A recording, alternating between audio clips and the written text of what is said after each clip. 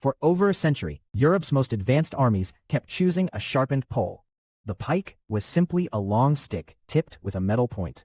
That sounds ridiculous, which is exactly why you need to know what really happened. Medieval warfare had a core problem. Armored knights on horseback were essentially living tanks. A single soldier, facing a charging warhorse, had almost no good options at all. But imagine 500 soldiers all pointing 18-foot poles directly at you. Horses are smart and refuse to charge into a wall of sharp points. The geometry of reach is the entire secret of the pike's power. A sword reaches 3 feet, while a pike could extend 18 feet. Why did armies keep expensive swordsmen when pikes were cheap and powerful?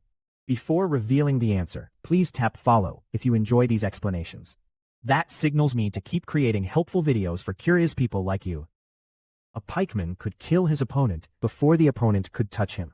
Imagine every soldier in formation holding one, all pointed outward. Attackers from any direction faced overlapping points they simply could not pass through. The formation also had depth, sometimes 10 or more ranks deep. If the front rank fell, the next stepped up and kept the wall intact. But the pike's real superpower was actually not the weapon itself. The real advantage was how cheaply and quickly a pikeman could be trained. A skilled crossbowman took years to train and needed expensive, constantly maintained equipment.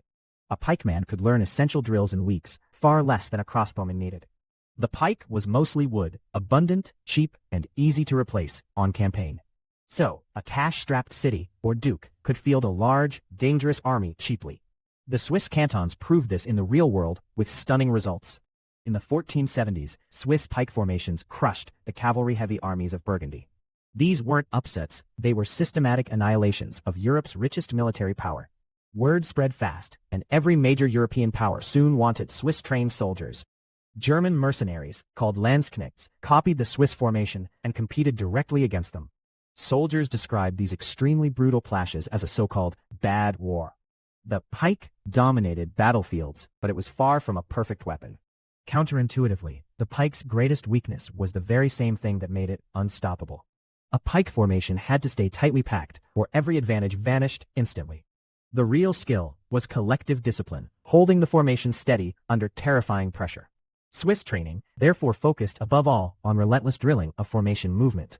That discipline let Swiss pike squares advance aggressively, not just hold ground. Unlike most formations, the Swiss pike square could both hold ground and take it. Armies countered the pike by adding arquebusiers, early musketeers, to their ranks.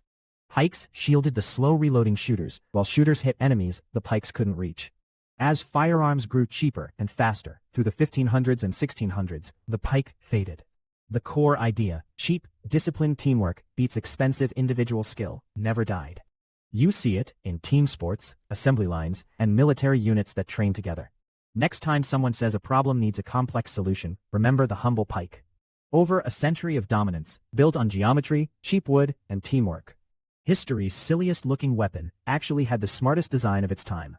What ended the pike's reign, better guns or better cavalry tactics? Drop your answer in the comments and tell me what you'd pick. I read every comment and really want to hear your thoughts. Follow Curious Lines for more explainers, and I'll see you next time.